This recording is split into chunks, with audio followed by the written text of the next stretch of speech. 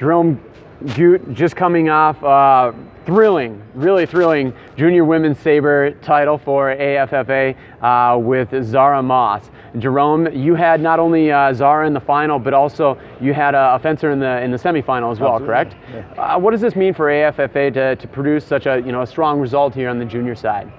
It's a blessing for us. Like, we've been doing that we've been open for not even 2 years, and like, we're really committed. We love what we do. We're young. We have the passion. We just want the best for our students, and luckily, like, they're just awesome people. They're just great girls, and we have little boys following, and they're a great group of kids. Like, they listen to us. They're really, like, they ride and die with us. We do with them, and it's just beautiful. Like, we love what we do. We love our job. The passion very evident, of course, on the coaching side and what you just described, but also for Zara. Now, many people may or may not know that Zara actually lives in Pittsburgh. She does. You guys, of course, a Jersey club. How does that work? So she's living 7 hours away. It's a crazy long story. She's in an area where there is not really any saber club, any relevant saber club, and it was 2 years ago after Summer Nationals.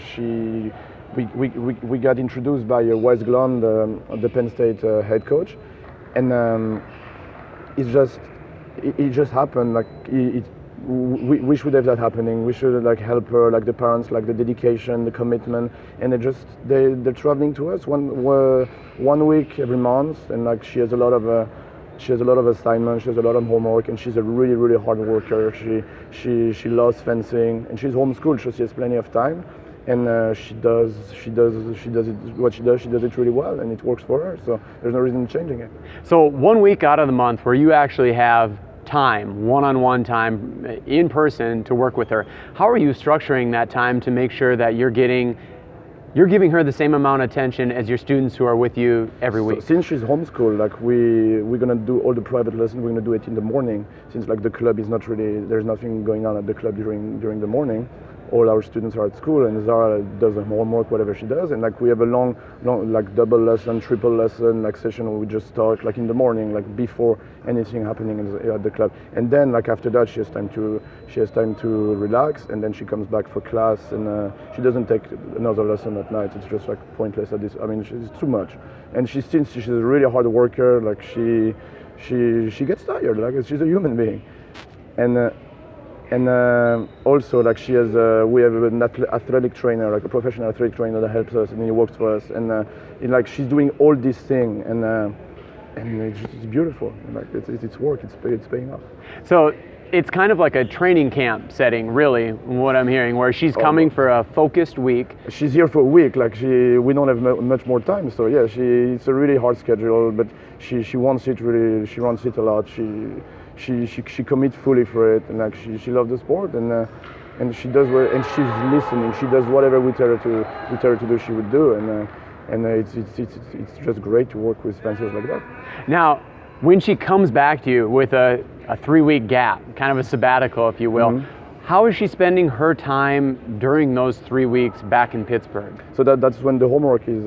That's when she's doing all her homework. Like, so after she leaves us, like, so after the week with us, like, in the following days, like, I send her, like, homework, like. Fencing homework. So we have, like, footwork homework, and then you have drills, then you have bout situation homework, like fingers homework, and so I just, like, spread that out in different stuff, and she has, like, now it's almost been, it's a year and a half we've been working together, so she might have, like, 15 different, like, worksheet, like, she can work with, and I told her, like, you cannot just stick to one, like, you have to keep mixing them, and it's hard, but you gotta give her a lot of credit. She's doing all that by herself, and like, no management, no like, direct oversight. Her parents are really supportive, and they're really implicated in fencing what we do, and try to understand as much as they can. Spend a lot of time on the phone with her. Like, she calls me, she doesn't understand something, or my English writing is not always the best. So she calls me. We talk a lot before competition. She's looking a lot of. We have, like, Skype session. Like, she's looking a lot of videos. Like, she's a fencing maniac. She loves it, and she does whatever she can. Well, the dedication is very apparent. Of course, producing this kind of result on the junior stage is in itself. She's cadet. She's cadet too. Oh, and she's definitely a cadet. Okay, great.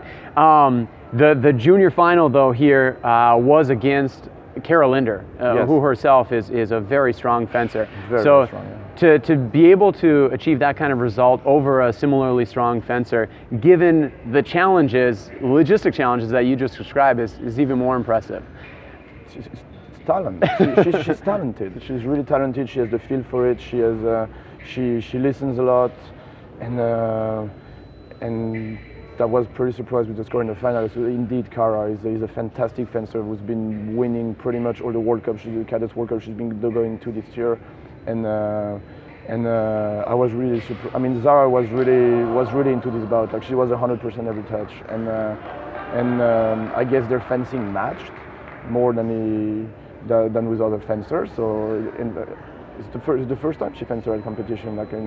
So they never really had the chance to fence before, and I'm super happy. And the surprise with the gap of the score, but very very happy with the result. Yeah, the gap was pretty significant. It was what? 15-8. 15-8, yeah.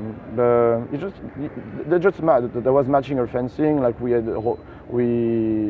all it prepared before. Like we talked to her, told her what to do exactly. Like almost touch by touch, and she listened. So it's just perfect for a coach. So in closing, going back to how you communicating kind of the fencing curriculum that Zara follows, how is it that you communicate? Is it through worksheet form, or are you sending her like YouTube videos to watch footwork drills? It's on paper. I mean, it's a worksheet form, and then we spend time on the phone or on Skype but there's never a point like when I take a saber and put myself in front of a video and I do something, because it would look goofy, I don't know. and now, plus she really, at this moment, she really needs it, because she's very talented. She has a feel for it. She has a feel for the distance, for the timing, and she's very, very strong mentally. Like she's a rock, and that's a quality like that any athlete should have. And that's it's pretty hard to mess with her. Like she's a sweetheart. She's always smiling. She's like never like getting angry. Like even if a call with a referee doesn't go well for her. So that all this strength she has makes it for us very easy to work with her. So yeah, there's only like worksheet. She follows the plan. She does it every day, like religiously every day, and we have to tell her to stop on Sundays because like she wouldn't. And she's working very, very, very, very hard. Like she has all the credit. Like she's incredible. That's very exciting, Coach, and we're very happy for you. Congratulations again. Thank you very much. We hear the awards starting in the background, so we'll let you go. Thank you very much. Thank you.